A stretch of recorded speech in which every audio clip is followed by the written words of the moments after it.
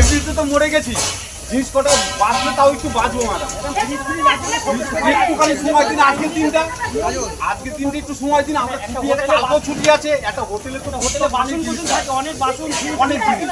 হ্যাঁ বার করতে হবে তো, বললেই আজকের দিন একটু সময় দিন, আপনি কালকে ভেঙে দিন। মানে আপনি বলছেন হট করে তো পাবো না লেবার, এখন একটুখানি আমাদের আজকের দিনটা সময় দিন, কালকেও ছুটি আছে, আপনি কালকে ভেঙে দিন। হ্যাঁ আমরা সরাচ্ছি, কিন্তু আজকের দিনটা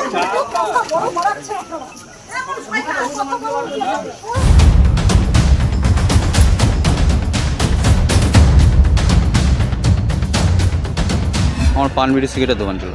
কতদিন ধরে ব্যবসা করছেন? 20 বছর হয়ে গেল। এই যে হঠাৎ ভেঙে দিল, এর আগে তো কি কোনো মাইকিং বা এসব? মাইকিং শুধু বলেছিল আপনার দোকানের বাইরের জিনিসপত্র বাইরে কিছু রাখবেন না, আপনার আয়ত্তের মধ্যে দোকান রাখবেন। আমরা করে খাওয়া লোক, তা আমাদের পেটে এটা করার দিদির কি ঠিক হলো? দিদি এটা ঠিক করলো না।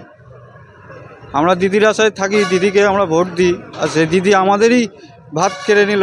এটা দিদি ঠিক করলো না, এটা দিদির বিচার হলো না দিদি। আর পৌরসভার একটা বিচার হলো না। পৌরসভা আমাদের উপর অত্যাচার করতে পারে না, পারবে না। অত্যাচার করেছে আমাদের উপর।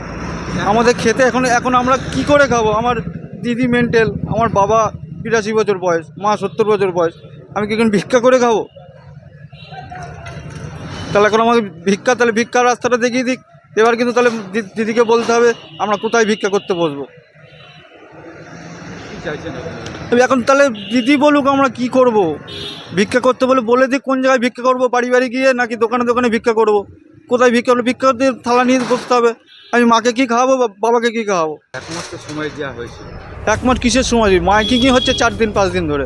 1 মাস কিসের সময়? পরে তো সিদ্ধান্ত যদি 1 মাস। হ্যাঁ তো 1 মাস কই? সে 1 মাস তো কালকে 5:30টায় ডিসিশন হলো, হবে 5:30টার সময় বললো ফাইনাল ভেঙে দেবে। এগুলো কিসের ডিসিশন? আমাদের জিনিস সরাতে দিল না, মালপত্র বার করতে দিল না। এগুলো তো আমরা তো দিদির থেকে পয়সা নিয়ে নিজের পয়সা বাড়ি ঘর বন্ধক রেখে দোকান করেছিলাম। এই জিনিসপত্রের মূল্যগুলো কে দেবে? দিদি দেবে নিজে, পৌরসভা দেবে, দায়িত্ব নেবে জিনিসপত্রের দাম। হ্যাঁ আমরা পৌরসভার জায়গায় দোকান করেছি, ঠিক আছে, কিন্তু আমাদের টাইম দিক, সময় দিক। আমাদের এবার আমরা কোথায় থাকবো? আমরা এবার খাওয়া দাওয়া